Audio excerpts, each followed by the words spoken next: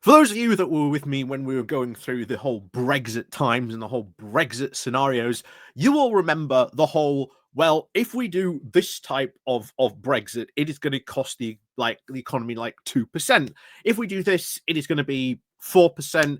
If we do this really bad option, this absolute quote Australian style Brexit, the WTO Brexit, if you remember that from back in the day, that would have cost the UK about 8% of its GDP, which would be really hard. Now, if you remember back for those conversations, what a lot of those economists were saying was, well, look, how do you cover this?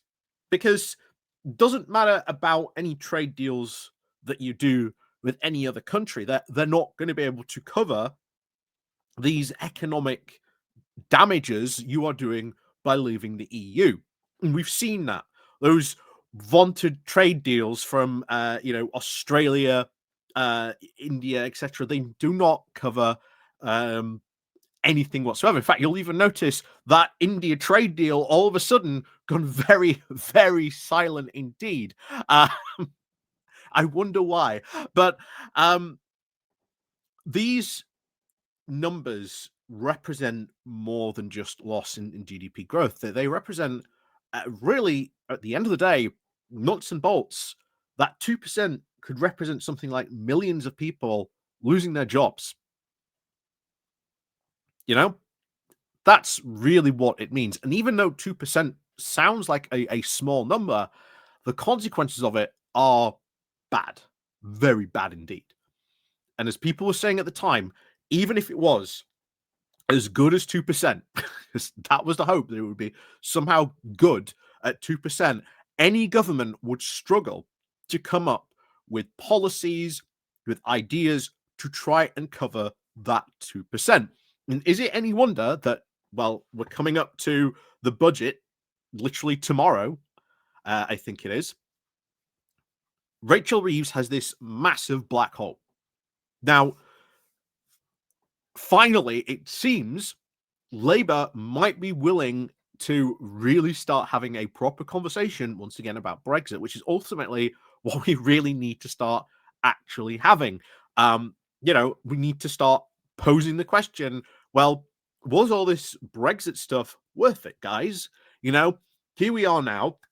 Well, our GDP has been very drastically damaged. It has this type of consequence on the country. We've seen the damage it does to businesses. You're looking at most businesses that used to export to the EU. They either A, don't do it anymore, and those exports can sometimes represent like 20 to 30% of their business. So if you had a business, it was doing that, losing 20% or 30% of your business is very, very bad indeed. We've covered stories about those businesses from time to time losing that amount of their income from those that type of stuff that the Brexit caused on these businesses because of all that new red tape, because of all those restrictions, because of the logistical challenges it now poses just to move from one thing from the other side of the Atlantic, where previously it was just as easy as just opening a gate. Easy, done.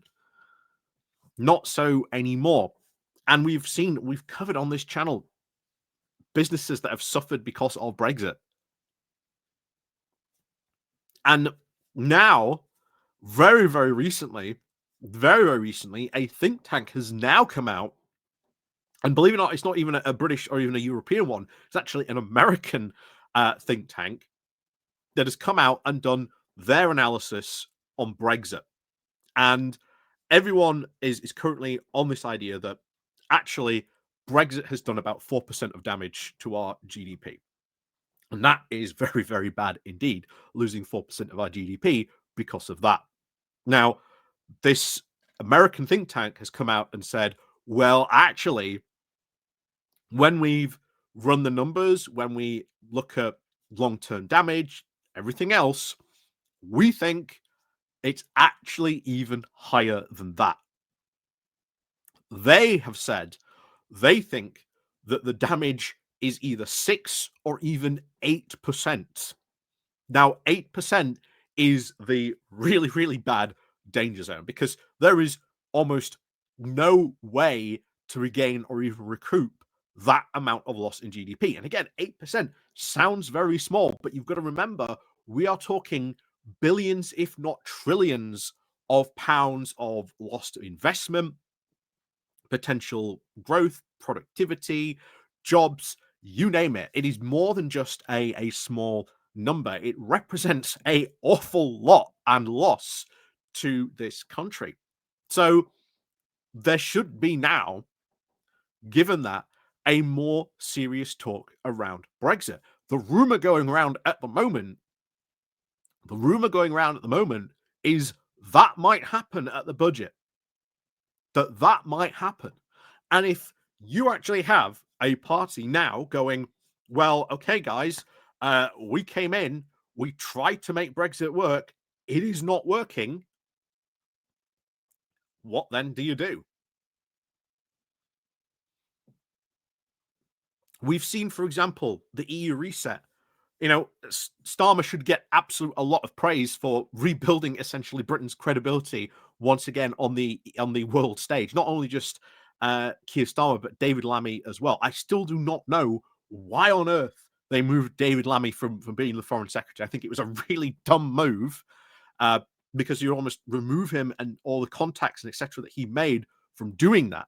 It's a really bad move. I still do not know why they did it, but honestly, Starmer and Lammy do deserve a lot of credit for rebuilding, you know, the UK's credibility, especially, of course, after the Johnson years, the the very, very somewhat short-lived, you know, Liz Truss years, and of course Rishi Sunak, who continued this bizarre conservative policy of we are not going to talk to the EU regardless. When now we actually do have and have rebuilt a lot of those ties on that.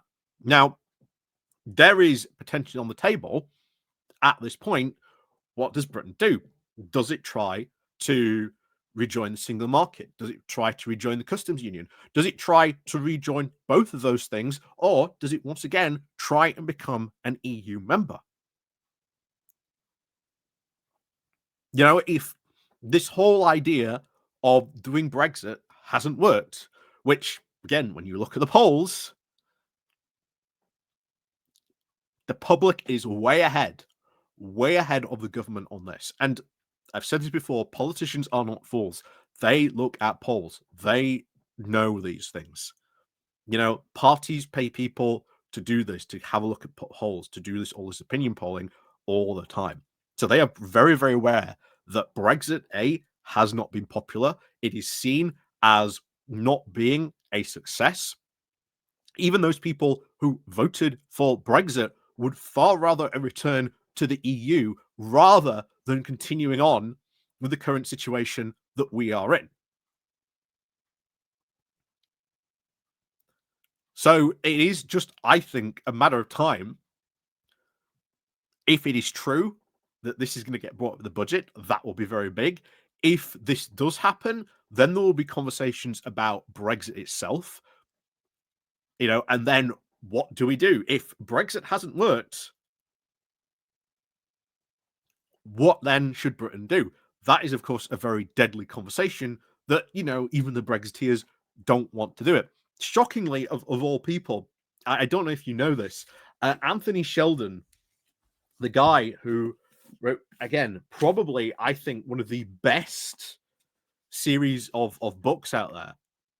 You know, he wrote Johnson at 10, Cameron at 10, May at 10, well, Truss at 10, How Not to Be a UK Prime Minister. If you want to understand, like, the UK politically for the past couple of years and why we've gone this, Anthony Sheldon's books from like Cameron right through to, you know, to Rishi supposedly now being written as well, is going to be a very, very interesting series of books that will encapsulate a very interesting time of the UK. And Sheldon himself had always been very, very much anti Brexit on that front. However, he came out in The Spectator and bizarrely came out and said that, oh, actually, Brexit has sort of been this draw. literally that very same day, we got that news, as I've talked about, of that American think tank that came out and said, yeah, actually, we think the damage of Brexit might be as high as 6, maybe even 8%. And that's long-term damage. Didn't, shall we say, make Anthony Sheldon look very good on that front. But he does, of course, write, I think, a very good series of books, about, prime ministers. So I always do recommend them on that front. But let me know, of course, what you think about all this. What is going to happen now? Well, I think there has to be some very serious conversations about Brexit now, probably more so than ever. And I think that is what should really start to take place. So, as always, let me know what you think down below. Don't forget to click the like and share button on your way out. And of course, don't forget to ring the bell as well so you get notifications when we go live or we drop a new video. And of course, as always, we'll see you all next time.